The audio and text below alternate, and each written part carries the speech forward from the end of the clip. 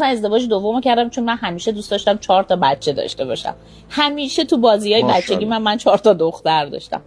کسی که ازدواج میکنه که به نظر من خیلی کار خوبی کرده. حالا من 2 تا کردم، شناسنامه‌ام آوردم مجید عکس بندازه. دوباره به دنیا می اومدی. پیمان قاسمخانی ازدواج میکردی یا نه؟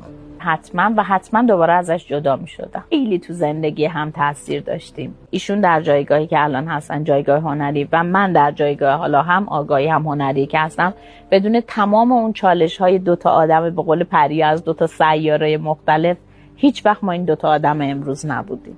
تجربه امروز رو داشتی، تلاش نمی‌کردی که به اون جدایی نرسه؟ کسی که دوست نداره گفتگو کنه میتونی؟ آدم با کسی که دوست نداره گفتگو کنه میشه فضا رو مدیریت کرد حداقل. نه، زورم به پیمان قاسمخانی نمیرسه. نمیتونستم مدیریت کنم. 2 هم به هم کمک کردیم، هم به هم لگد زدیم.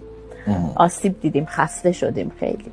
پریا هم خواهردار شد، بی نهایت خوشحال شدم. ازم خیلی برخلاف اون که همه خیلی با ترس و لرز به من میگفتن میدونی، گفتم بابا خیلی اتفاق خوبیه.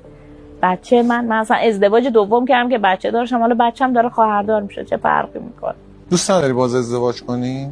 قطعاً توی برنامه‌م هست و هیچ ترسی هم ندارم. به نظر من آدم سالم از لحاظ فیزیولوژیک و رفتاری، و خصوصا آدمایی که نظم تو زندگیشون یه جایگاهی داره، بعدشون نمیاد اگه ازدواج موفق باشه سومیش باشه. مثلا میگن تا 3 نشه بازی نشه.